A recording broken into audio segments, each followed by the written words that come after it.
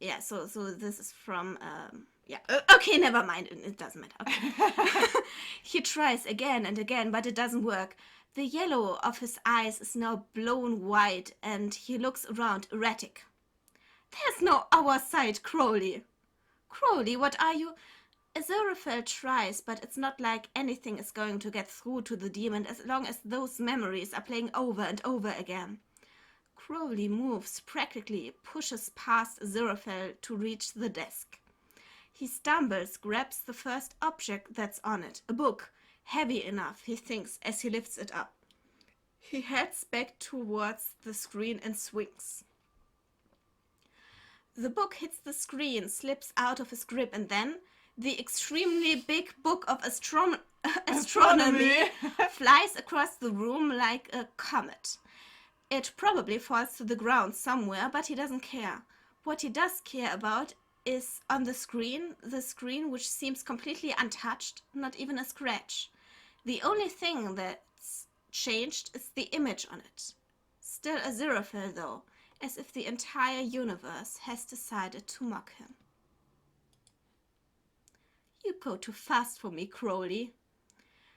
On the screen, Aziraphale says it once, twice, again and again. It's stuck in a never-ending loop, and Crowley's shoulders sag as he realizes there's no way to stop it from repeating. Can you repeat it like in a slow and then getting faster? You go too fast for me, Crowley. You go too fast for me, Crowley. You go too fast for me, Crowley. Okay. He throws his head back and screams, his voice dripping with frustration and anger, desperation. Don't. Ah, bollocks! Blasting bollocks! A hand gingerly touches his shoulder. Crowley turns around, a wild expression on his face, but Aziraphale doesn't back away. He stands firmly, giving the demon a soft look. My dear, you need to calm down. He says it so gently, with so much patience. Crowley wants to scream in his face, but he bites his tongue, swallows back down any vile words that threaten to spill out of him, ones that have built up in his throat as he was just forced to watch some of his more painful memories. He can still hear Aziraphale's voice in the background, repeating. You go too fast for me, you go too fast for me, you go too fast for me. You go too fast for me, you go fast for me, you go fast for me. Which should I click? I like the... maybe the 8. 1, 2, 3, 4, 5, 6, 7, 8. Yeah. He shuts his eyes and tries to focus on the voice of the Aziraphale that stands in front of him. Are you all right? The angel asks quietly. Ah, tickety-boo! Crowley's voice is dripping with sarcasm. We need to get out of here. We do, Aziraphale agrees softly. He stays in front of Crowley while the demon tries to get himself together. The angel's eyes scan the room thoroughly, looking for anything out of place. A clue, perhaps, a way out. He doesn't give himself any time to feel guilty over those things that he had said to Crowley over the years.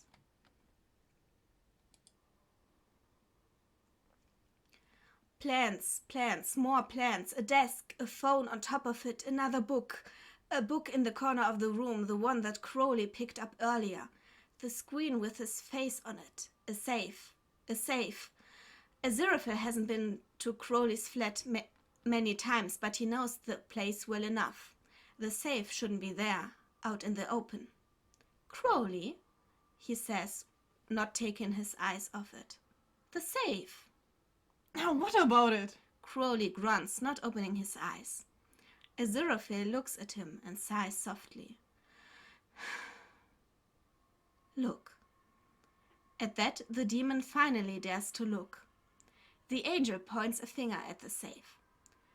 It shouldn't be out in the open like this, should it? Crowley slowly shakes his head. Well, I think that's our solution, my dear. We should walk with my dog now. Oh, are we going now? We should be going now. Now or in 50 minutes or something? We should go now. Now? Can we just let it stay open? I think we can just let it stay open. Okay, but then we... Okay, short break. Short break. Whoop, whoop. We will be back after we went out with the dog, I guess. After we went out with the dog, had an ice cream, and sat in the pool for a few minutes. For a few minutes? A few minutes. After 1 hour? Yeah. So we will come back with a new mind afterwards. Yeah. Okay. Bye-bye. Bye-bye. And we're back. Yeah, we're back, and we have been just back for 5 minutes, actually. Yeah. We just drank something and decided we go with my dog later. Okay. Yes, let's go. Crowley pulls away from Aziraphale, whose hand hovers in the air for a moment, right in the spot where it was previously touching the demon's shoulder.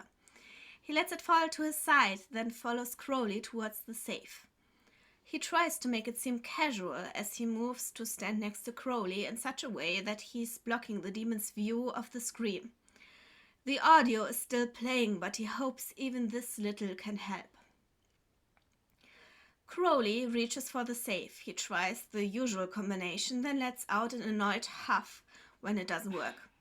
Because, of course, it does not work. Busted piece of shit. He grumbles. Well, there has to be a clue somewhere here, Aziraphale ponders. Like with the book, only this time we need numbers. Crowley turns towards him. Oh yeah! So, any ideas, Angel? Aziraphale presses his lips into a thin line and thinks. Numbers that have something to do with this room, with this situation. He can try a combination now or take another look around the room. So I guess at some point he will just figure out the combination. Yeah.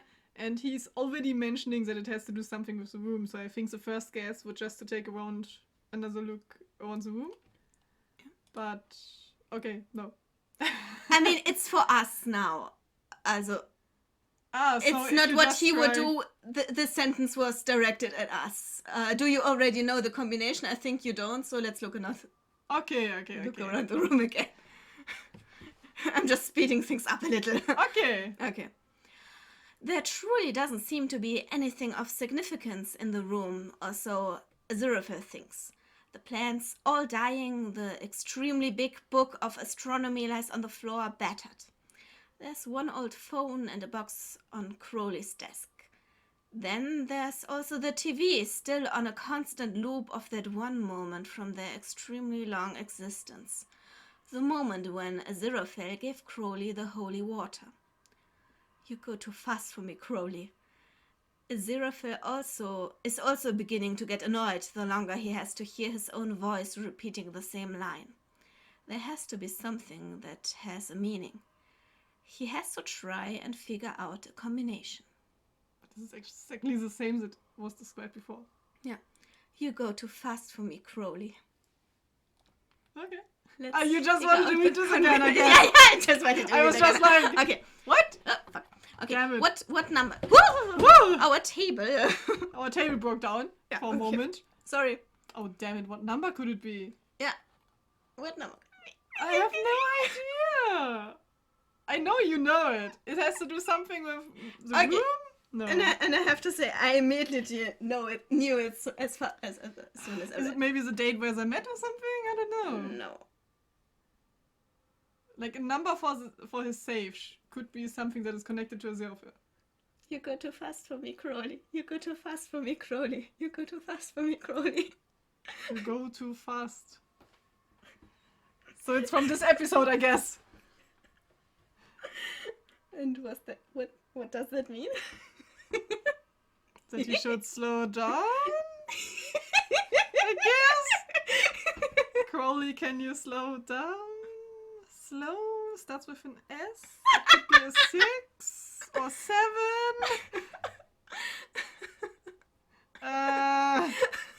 It could be only one number, right? What number could it be? 2. 2. We because they are two people. And they should be together and not alone because the other person is going too fast and leaves the other person alone, which is then in one. 1887 or something like this. When You're going in the right direction now. Yeah, but I don't know the year anymore. Yeah, okay, that's the point. Which year did he say it? I think it was mentioned. 18 something. No, that was another scene. The "You Damn Go it. Too Fast for Me" Crowley scene was after the World War II scene. So 1950, I don't know. Yeah, it was in the 50s. Okay. Okay, that's enough for me. Okay. Perfect. Or was it the 60s? I think it was the 50s. I thought you knew it exactly. Shut up.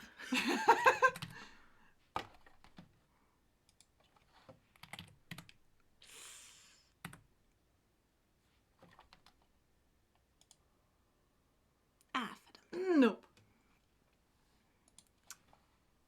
Wrong angel, gotta try something else. Ah, Nope. shit.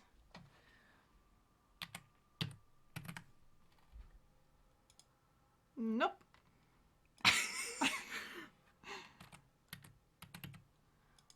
Nope.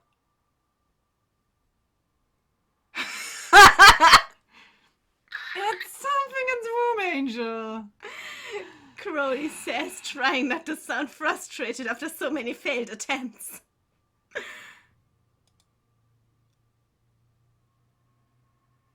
Or at least I guess it is.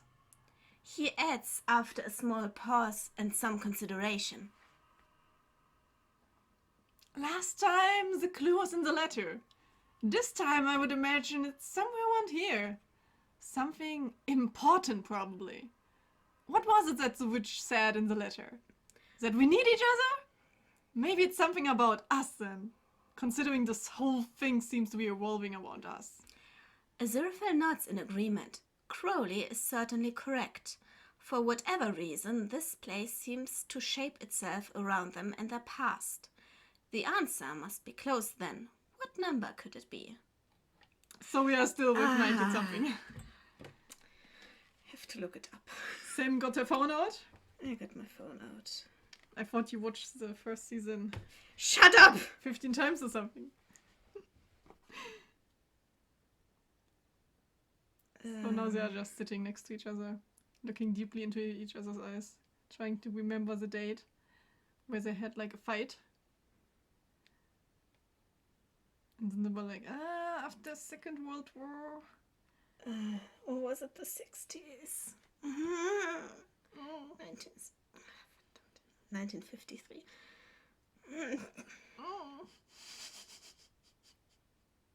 I'm not good with numbers. I can just imagine both of them just sitting there trying to figure it out like we are currently. Maybe they have like a laptop or lying around, they're like Googling.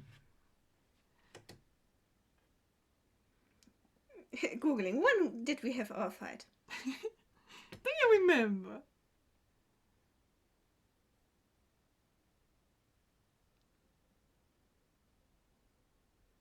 $1967, not 57.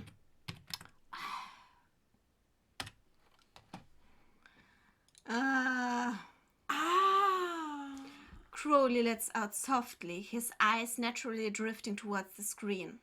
It's as good a guess as any. He adds, turning to try the combination. Aziraphale notices the way the demon's face falls at the mention of the year. Instead of feeling relieved that the safe does, in fact, open, he feels heavy and guilty and he can't stand it anymore. Wait, why does he... Like, this year was the year where they had this fight, right? But it was shown... It wasn't really a fight. They were in 1967. Yeah. they were in the car, and before Aziraphale appeared in the Bentley, Crowley coordinated a heist to get holy water from a church. Mm-hmm. And Aziraphale then talked to him because he didn't want to get Crowley hurt. And So he just gave him a thermos of holy water. And then Crowley told him, do you want a lift? I can drive you anywhere you want to go, Angel. And Aziraphale replies with, you go too fast for me, Crowley, and leaves the car, which has a bit of a double meaning, because on the one hand, Crowley drives the Bentley very fast, and Aziraphale is scared of his driving. But also, it might be about their relationship. And now, after season 2, we know it's about their relationship. Yeah. That's true. Yeah. I think we already knew by season 1. We knew they were in love in season 1. What? They're in love? I would never have. Spoiler. So he feels very sorry about this moment where he just disappeared also. Yeah. Okay. Crowley, my dear. He speaks up before Crowley has a chance to peek inside the safe. The demon stops and looks at him, brows furrowing as he sees the serious expression on the angel's face. I am so sorry. Aziraphale continues, his eyes filled with genuine guilt and warmth all at the same time. Angel? What are you apologizing for? Aziraphale's gaze flickers towards the screen and instantly understanding flashes across Crowley's face. Right, well, you shouldn't be. This was a long time ago, and I get it, really. He reaches out towards the safe, but Aziraphale puts a hand on his arm and stops him. Crowley is startled by the touch, he stiffens, glancing over to the angel once again. What are they touching? Oh, no! And he stiffens. Oh my gosh. Mindy is looking at me so expectantly. Okay. Being serious again. Yeah, we are serious. We're absolutely serious. I do feel like I should apologize, Crowley, Aziraphale insists. No matter what you say now, I know I've hurt you many times over the years, and I never apologize, so I think it's about time that I do. I'm sorry. The demon's face softens, and there's a moment of silence as he simply looks at Aziraphale, mulling the angel's words over in his head. Well, I forgive you. Just as he says it, the room goes quiet. Okay, but now we should go with my dog. But the room goes quiet! What will happen? Okay, we have to go with the dog. Okay, we have to go. The dog has priority, I guess. Yeah. Important dog. Okay. Very important dog. If we don't go in 1 minute or something, she will not go anymore. Yeah. Okay, see you in a minute. Bye. Bye. Okay, Sitz, Schnüffi. Ja, brav, gut gemacht, ja. Okay, das hat gut funktioniert.